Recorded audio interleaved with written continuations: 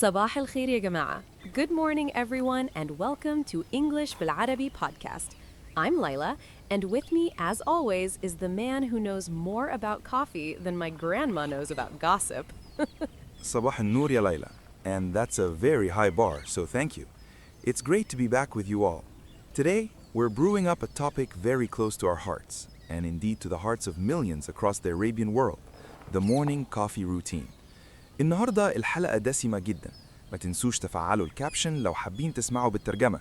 كمان هتلاقي ملف فيه كل الكلمات المستخدمة النهاردة في وصف الفيديو تحت. Absolutely. For many, that first cup isn't just a drink, it's a ritual, a moment of peace before the chaos of the day.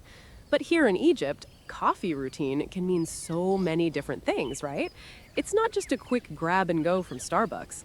يهمنا تشتركوا وتفعلوا الجرس عشان ما تفوتش أي حلقة إنجليزي، وخليكم فاكرين إن كل الماتيريال المستخدمة في الفيديوهات مقدمة مجاناً، وكل الكورسات هتكون متوفرة لمستمعينا مجاناً. You've hit the nail on the head, Layla. While international chains are definitely present, the heart and soul of Egyptian coffee culture, especially in the morning, is deeply traditional and incredibly varied. From the bustling ahwa to the quiet home kitchen, coffee is woven into our mornings. So let's start with the classic, the quintessential Egyptian morning coffee. When I think of it, I immediately picture the finjan and the kanaka. Omar, walk us through the magic of Egyptian coffee. The Baladi, or Turkish coffee as many call it internationally.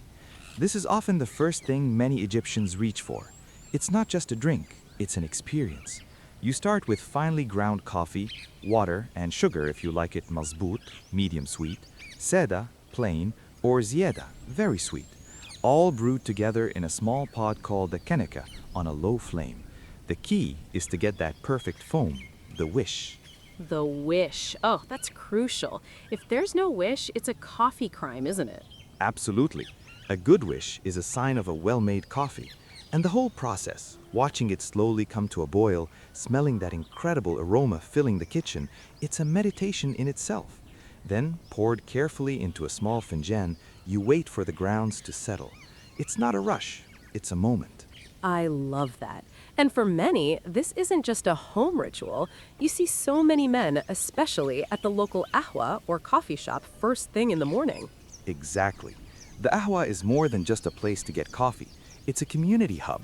Before work, you'll see men catching up on the news, discussing politics, playing backgammon, or just silently enjoying their finjan before the day begins. It's a very masculine space traditionally, but it's a vital part of the morning rhythm for so many. The sound of the clinking finjans, the bubbling of shisha, though less common in the morning, the chatter, it's a symphony. So true. But what about the younger generation, or those who prefer something a bit less traditional? What are their morning coffee habits like? Well, this is where the landscape starts to diversify significantly. While the Qahwa Baladi remains a staple, the influence of international coffee culture, particularly from the West, is undeniable. You'll find many younger people, especially students or those working in more corporate environments, opting for instant coffee at home. Quick, easy, no fuss. The Nescafe generation. I'm guilty as charged sometimes too, especially on those super early mornings. It's just so convenient. It is. And then, of course, you have the rise of the specialized coffee shops. Places offering lattes, cappuccinos, espressos. For many, grabbing a takeaway latte on the way to work is now a very common morning routine. And they've become quite popular, haven't they? You see them popping up everywhere, from downtown Cairo to the new compounds. Definitely. And it's not just about the drink itself, it's also about the experience. These places offer a different ambiance, a place to work, to meet friends, or just to enjoy a moment of quiet with a carefully crafted coffee. It's a blend of global trends with a local touch. So we have the traditional qahwa baladi, the quick instant coffee, and the modern specialty coffee. That's quite a range for just a morning routine. Do you notice any regional differences in coffee habits across Egypt? Like, is it different in Alexandria versus Aswan? That's an excellent question. While the Qahwa Baladi is ubiquitous, you do see subtle shifts. In Upper Egypt, for instance, in cities like Aswan or Luxor, the coffee culture feels even more deeply entrenched in tradition. The ahwa is perhaps even more central to daily life. In the Delta region, you might find a mix with a strong emphasis on homemade coffee. Alexandria, being a port city and historically very cosmopolitan, has always embraced a wider variety of coffee styles. They have their own distinct coffee shops with a very Alexandrian vibe. That makes total sense. It reflects the broader cultural nuances of each region. Now let's talk about the accompaniments. What do Egyptians typically have with their morning coffee? For the traditional qahwa baladi, often nothing at all, especially if it's an early morning cup. It's meant to be savored on its own. However, if it's a slightly later morning coffee, perhaps with breakfast, then fatir, Egyptian pastry, ba'lawa, baklava, or even just a simple biscuit might make an appearance. For the modern coffee drinks, you'll see all the usual suspects: pastries, croissants, cakes. I'm now desperately craving some fatir with honey and a strong qahwa baladi. You're making me hungry, Omar. Mission accomplished. But beyond the physical drink, what do you think the morning coffee routine means to Egyptians, Layla? What's its deeper significance? That's a beautiful question. I think for many, it's a moment of grounding. In a country where life can be incredibly fast-paced and chaotic, that small finjan or that steaming mug is a sacred space. It's a chance to gather your thoughts, to prepare, or even just to enjoy a tiny moment of solitude before facing the day. It's connection, whether it's with family at home, friends at the ahwa, or simply with oneself. It's tradition, comfort, and sometimes just pure necessity. Beautifully put, Layla. I completely agree. It's an anchor, and it's a testament to how deeply ingrained coffee is in our culture, in both its ancient and modern forms.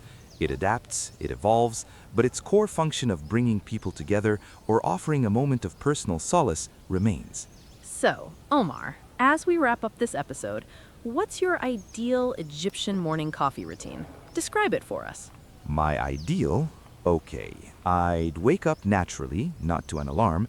The smell of freshly brewed qahwa baladi would already be wafting from the kitchen.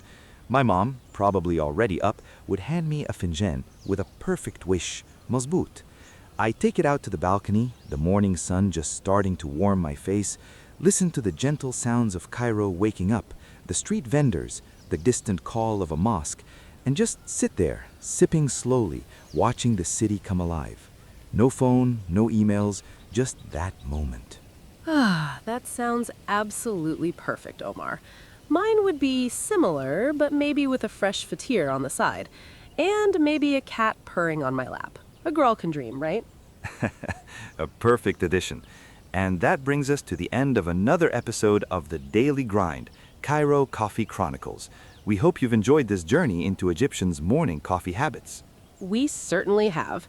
Thank you, Omar, for sharing your insights, and thank you all for tuning in.